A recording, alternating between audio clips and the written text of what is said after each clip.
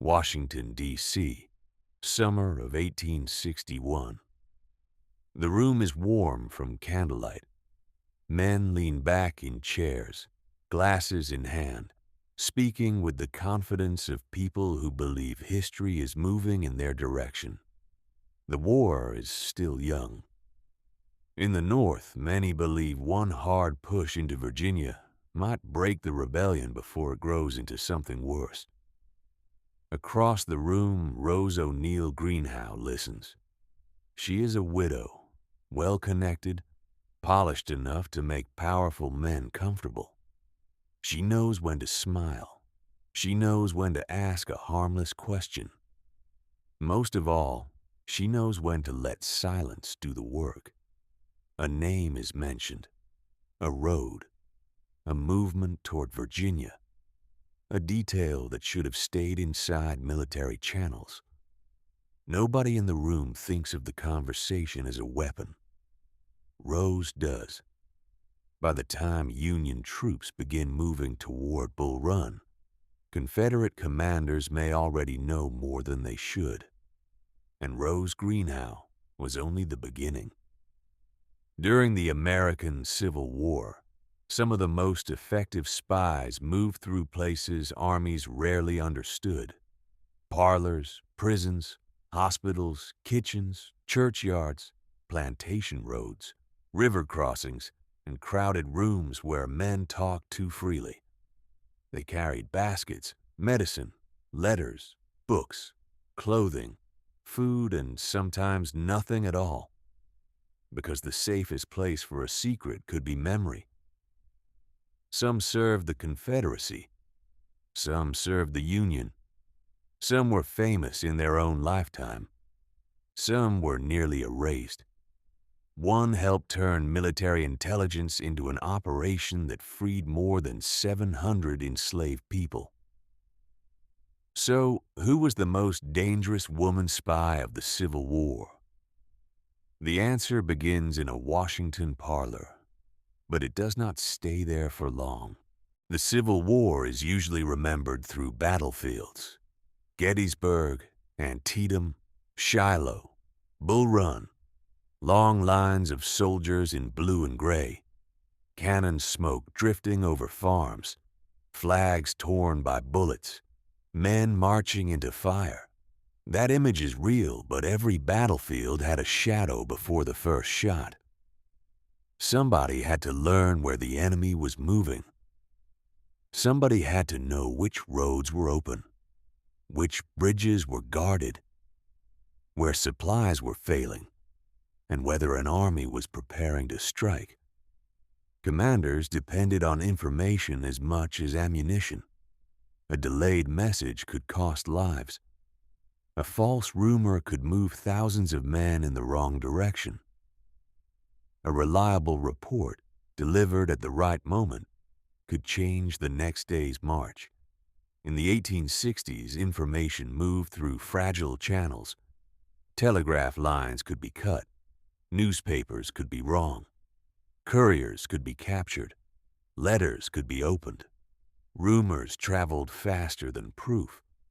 That made human intelligence essential, and women had access to parts of the war that military men often overlooked.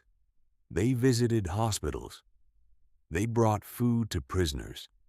They hosted officers in private homes. They traveled to see relatives. They wrote family letters. They attended church, cared for the wounded, and moved through domestic spaces where soldiers and officials dropped their guard. A woman carrying a basket might pass through a checkpoint with less suspicion than a man of military age. A woman sitting quietly in a room might hear more than anyone intended. A nurse changing bandages might learn which regiment had been shattered, which officer had been captured, and where the army was expected to move next. None of this made the work safe. It simply gave certain women a way in. A useful spy needed proximity first, then memory, then nerve. The secret had to be heard, understood, preserved and delivered before it became useless. In the earliest phase of the war, the best access often belonged to women already near political power. And in Washington, one Confederate sympathizer knew exactly how much information could leak from a comfortable room. Rose O'Neal Greenhow understood Washington society because she had spent years inside it. She knew senators, officers, diplomats, and men close to the machinery of government. Her home was a place where people came to talk, and in wartime, talk had value. Rose supported the Confederacy. Once the war began, she used her position to gather information for the South. She did not need a dramatic disguise. Her disguise was respectability. Imagine the kind of evening that could ruin an army's secrecy. A visitor arrives after dinner. The conversation begins with politics, then turns to troop numbers, then to confidence about the coming advance into Virginia. Someone mentions timing. Someone else corrects him. Another man, eager to sound informed, adds a detail he should have kept to himself. Rose listens as if the conversation is only conversation. Her most famous moment came before the First Battle of Bull Run in July 1861. Union forces were preparing to move into Virginia. According to Confederate accounts and later tradition, Rose sent warnings about Union movements to Confederate leaders. The information reached commanders including General P.G.T. Beauregard. When Union forces advanced, the Confederates were ready enough to turn the battle into a shocking Southern victory. The North expected a shorter war. Bull Run shattered that illusion. Jefferson Davis later credited Rose's information as valuable to the Confederate success. Historians still debate how decisive her role was. No battle belongs to one spy. Still, Union authorities clearly came to see her as a serious threat. Allan Pinkerton, involved in Union intelligence, suspected her. Her home was watched. Her mail and visitors drew attention. Eventually, she was placed under house arrest. Even then, she kept trying to communicate with the South. That detail matters. Rose was not a socialite who stumbled into espionage. She knew what she was doing, and she kept doing it after the danger became obvious. She was imprisoned, released, and sent south. Later, she traveled to Europe to support the Confederate cause.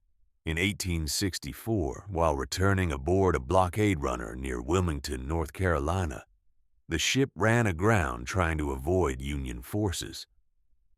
Rose tried to reach shore in a small boat. It overturned and she drowned. Stories later claim she carried Confederate gold and that its weight helped drag her under. Whether or not that detail is fully true, it attached itself to her legend because it felt almost too fitting. Rose Greenhow, carrying value for the Confederacy until the final moment. Her story shows how early Civil War espionage could grow out of elite access and ordinary conversation. But the war quickly spread beyond Washington parlors. In Virginia, another Confederate spy was proving that youth, speed, and recklessness could be just as dangerous as social polish. Belle Boyd was still a teenager when the war began. She came from Virginia, where loyalties were fierce. Towns changed hands, and civilians found themselves living inside the conflict.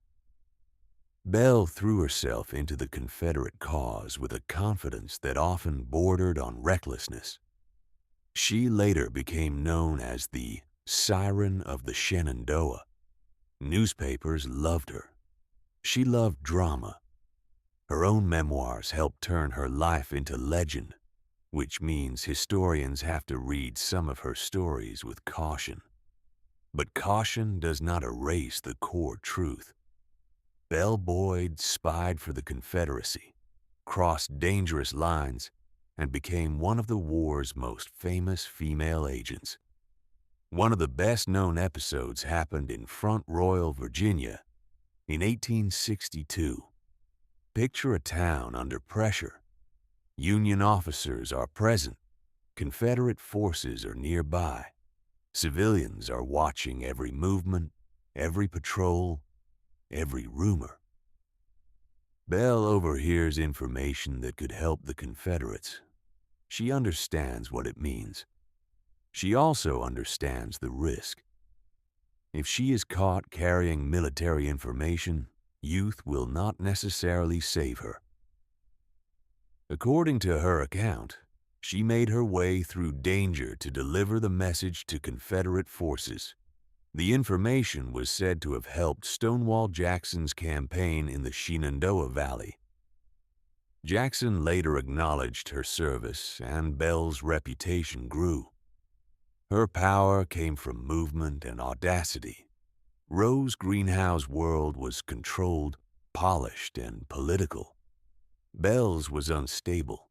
She operated where armies passed through towns, where front lines blurred, and where a quick decision could matter more than a careful network. She was arrested more than once. Each arrest made her more famous. Confederate supporters celebrated her as brave. Union supporters saw her as dangerous and defiant. Newspapers turned her into a character almost before the war was over. That celebrity is part of the problem. Belle did real espionage, but she also shaped the story of Belle Boyd. She knew how to make herself memorable. Still, underneath the myth was a young woman willing to act in moments when hesitation would have been safer. Her story marks a shift in the hidden war. Espionage was moving into occupied towns, contested roads, and family homes caught between armies. But a single daring courier could only do so much. As the war dragged on, the most valuable intelligence required something deeper. Contacts, roots, discipline, and a system that could keep working even under suspicion. That system took shape in the most dangerous city a Union spy could choose: Richmond.